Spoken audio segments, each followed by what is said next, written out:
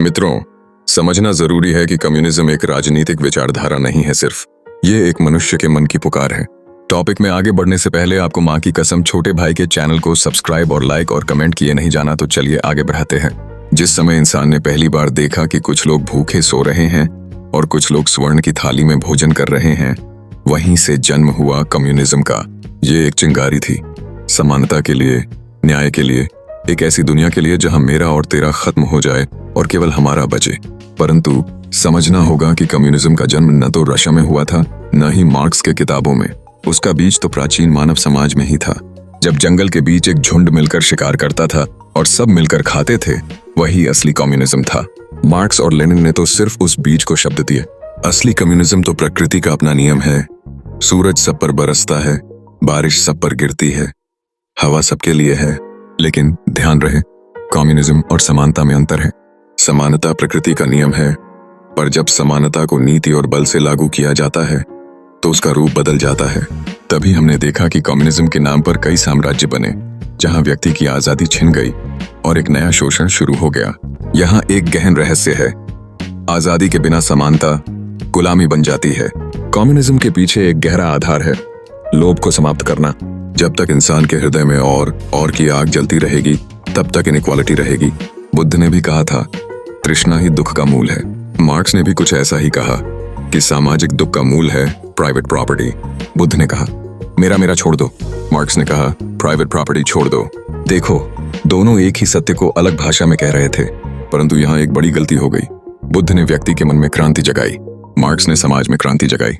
और जब तक व्यक्ति के मन में क्रांति न हो, समाज में लाई गई क्रांति अधूरी होती है। इसलिए कम्युनिस्ट राज्य बने पर उनमें दुख, अत्याचार और खून भी बहाया गया, क्योंकि व्यक्ति के लोभ को बदले बिना व्यवस्था को बदलने का प्रयास किया गया। कम्युनिज्म एक अद्भुत सपना है, लेकिन सपना और वास्तविकता के बीच एक खाई होती है। सपने में हर व्यक्ति एक समान है, पर वास्तविकता में हर व्यक्ति अनन्य है। कोई सुर का जादू है, कोई कला का, कोई धन कमाने में कुशल है, कोई प्रार्थना में। अगर हम सबको एक ही पत्थर के सांचे में ढालने की कोशिश करेंगे तो इंसान की सुंदरता खो जाएगी। फिर क्या करें? क्या कम्युनिज्म भ्रम है? नहीं, उसका सत्य अभी भी जीवित है, परंतु उसे समाज में लाने का तरीका अलग होगा।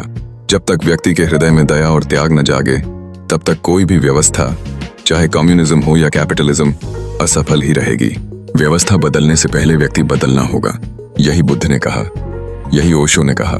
सोचो, अगर एक दिन मनुष्य का हृदय निर्मल हो जाए, कोई किसी का शोषण न करे, कोई किसी की मेहनत का दुरुपयोग न करे, तो क्या हमें कम्युनिज्म लागू करने की जरूरत होगी? नहीं, फिर कम्युनिज्म प्राकृतिक रूप में उद्गमित होगा। हर कोई अपनी शक्ति के अनुसार काम करेगा और हर कोई अपनी आवश्यकता के अनुसार पाएगा। यही मार्क्स का सपना था, यही कृष्ण का गीता में तात्पर्य था। लोक संग्रहार्थ कर्मणि। मेरे प्यारे, कम्युनिज्म का असली अर्थ है प्रेम का समाज, जहां न कोई गरीब है न कोई अमीर, जहां न कोई ऊपर है न कोई नीचे, जहां सब एक ही ब्रह्म के पुत्र हैं। ये एक ऐसी स्थिति है जहां व्यक्ति अपने अस्तित्व में पूर्ण है और समाज भी पूर्ण है। ये राजनीति से नहीं, प्रेम से आएगी। ये आंदोलन से नहीं, ध्यान से आएगी। आज मैं आपको एक रहस्य देता हूँ। कम्युनिज्म एक व्यवस्था नहीं है, बल्कि एक चेतना है। व्यवस्था तो सरकार बनाती है, लेकिन चेतना इंसान बनाता है। और जब तक इंसान के हृदय में क्रांति न हो, कोई भी व्यवस्था सफल नहीं हो सकती।